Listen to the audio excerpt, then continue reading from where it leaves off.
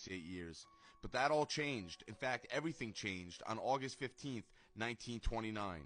When a group of revisionist Jews, mostly of the Betar movement, organized by Joseph Klausner and led by Jeremiah Halpern, a student of Jabotinsky and would-be leader of the Haganah, marched to the Wailing Wall and began to claim it as theirs in a form of protest. And then the next day, Friday the 16th, Muslims gathered to pray at the wall in a protest of retaliation against the Jewish claims. Then, the next day on Saturday, 17-year-old Abraham Mizrachi tried to retrieve a soccer ball that ended up in the hands of a young Arab girl after it rolled into their tomato field. A confrontation ensued, which resulted in an Arab man actually stabbing the teen. This resulted with a group of Jews brutally attacking the police officers that showed up to arrest the Arabs responsible. Then they proceeded to burn the Arab shacks in the vicinity and stabbed one Arab youth in retaliation. On August 20th, Mizrachi died of his wounds, and his funeral sprung an anti-Arab demonstration. For the next couple days, the police reported 19 attacks, 12 of them being Jews on Arabs and 7 being Arabs on Jews.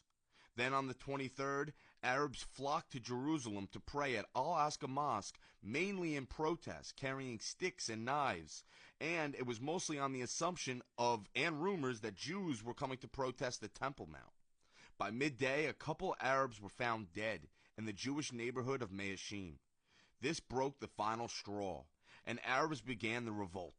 Fighting ensued between both parties, and the uprising lasted until the 29th. During this revolt, though, on the 24th, the Arabs ruthlessly massacred a Jewish settlement in Hebron known as the Hebron Massacre. And by the time the 1929 Arab revolt was done, 133 Jews and 116 Arabs were killed. The Yishuv began to feel as if the Haganah was not doing enough to protect them, especially since the Haganah had a policy of restraint, meaning their purpose was for defense only. And many members of the Haganah felt the same, including High Commander Avraham Tahomi. So a few members and commanders of the Haganah got together and created a new underground militia that they hoped would one day become a legit military organization called Irgun Tzava Lehomi, meaning National Military Organization, or just Irgun for short, and put Tahomi as the leader. Their symbol portrayed the Greater Israel and a rifle with the words Rakach, in English only thus, meaning only by the gun will they achieve their goals. Do you know what the Irgun stands for? And I say, yes, it stands for our liberation and making room for our friends in the diaspora to come here. Do you know what you have to do? I said, whatever I'm told. He said, put your hand on the Bible, and he said, say after me. They actually told us it's like getting married. I am Adina Chai. I'm swearing allegiance to the Irgun. And then he says, until such time that we have independence, and then we're free. And swiftly, many members of the Betar movement began to join the Irgun.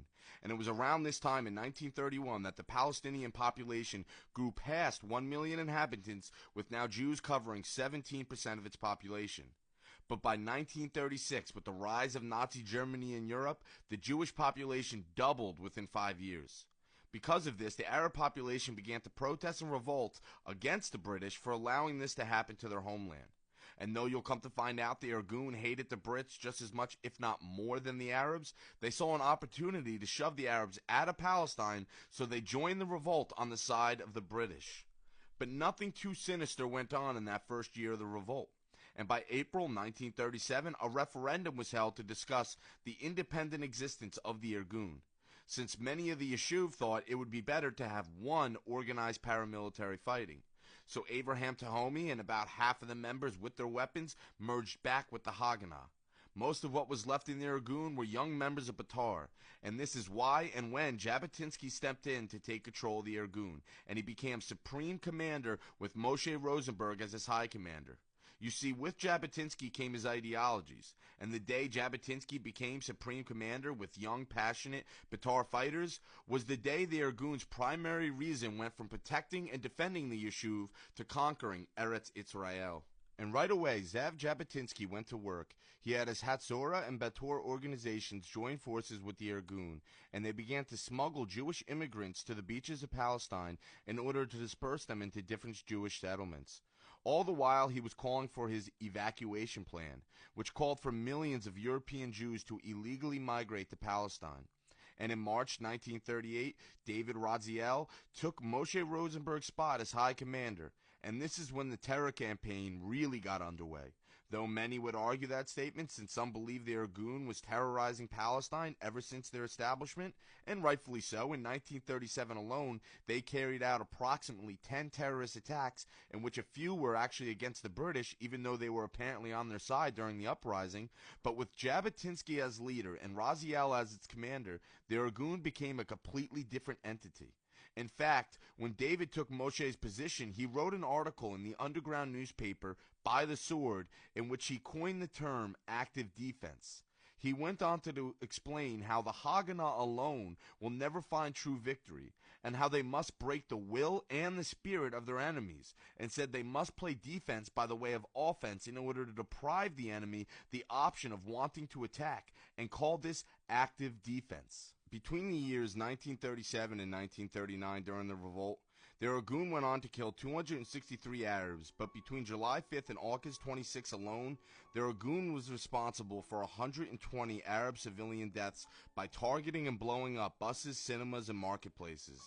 But what people need to understand is that the Irgun hated the British just as much. In fact, their terror campaign against the British seemed to be more ruthless, and it's all because they wanted them out of Palestine, just like they wanted the Arabs out. The British mandating Palestine after World War I and letting the Jews slowly and legally migrate there wasn't enough, because they wanted the land now. Just like a whiny 5-year-old that wants his ice cream, it didn't matter to the Jews if the British authorities were just doing their jobs and following orders. In their eyes, that was